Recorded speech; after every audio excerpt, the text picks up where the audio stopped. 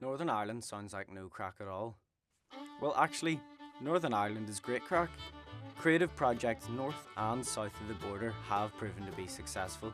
There is a long history of storytelling. The Wind That Shakes the Barley, Angela's Ashes, Belfast. They're just some of the examples of how Irish storytelling has translated from words to screen so perfectly and captured the minds of millions just as well. Another recent story that has captured the hearts of many across the world is the story of a young talented journalist, Lyra from Derry.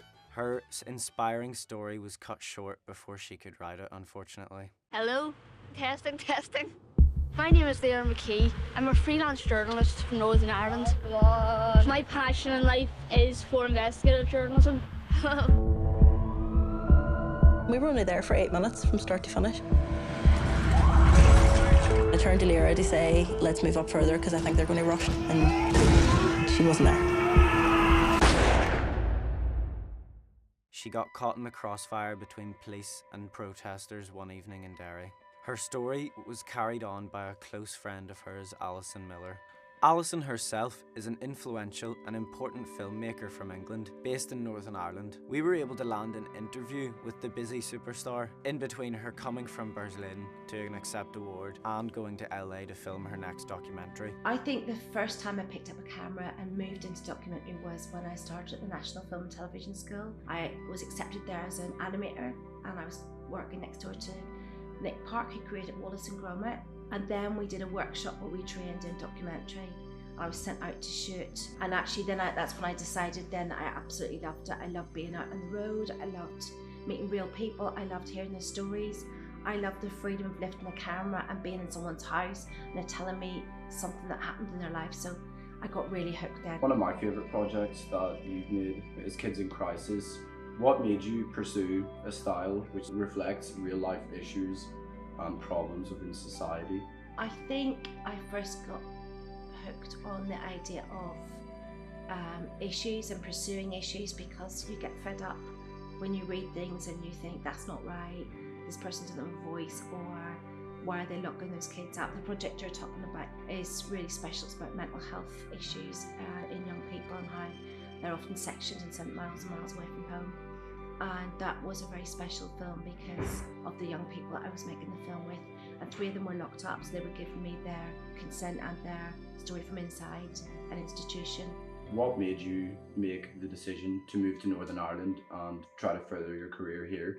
I was really aware there was many great stories here that hadn't been told, especially from a female perspective, because in the business when I moved home it was very misogynistic and quite male dominated, especially in journalism.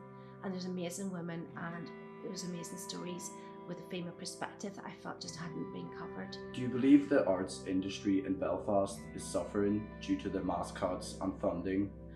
I think the arts sector here is really struggling. I think I've been supported a lot north and south where my projects have been very lucky, but I think it's been cut appallingly. I think per head we're one of the worst regions that's being supported by the arts. I think it's just non-existent. I do think it's really not helped having a Tory government. We're all privileged and they want to go to the theatre and the arts, but they forget that actually some of the best artists and performers and writers are from working class communities. So as you mentioned earlier, your project, Lyra, it's been a huge success. It's won you a couple of awards in Europe. 15 to date. 15 to date. You knew Lyra personally, so making that project on a personal level, was it difficult for you? Making the film became more of a something that we had urgent and we had to do, all of us. We didn't really know what to do, and I guess it gave us a focal point for our grieving. The people who murdered her wouldn't silence her completely. We were determined that by making the film with her words and her work and her voice, that we would get that round the world and that good would win over evil. Every single award that we win, I just smile because I know that Lyra would be jumping up and down. Do you think that it's easier to stay in Northern Ireland and pursue a career in the creative industry, or do you think that it would be easier to pursue it overseas? You know, it's not so bad here. I think we've a lot of support here. There's a lot of really goodwill here. The grass always seems greener. I think you find ways, no matter where you are.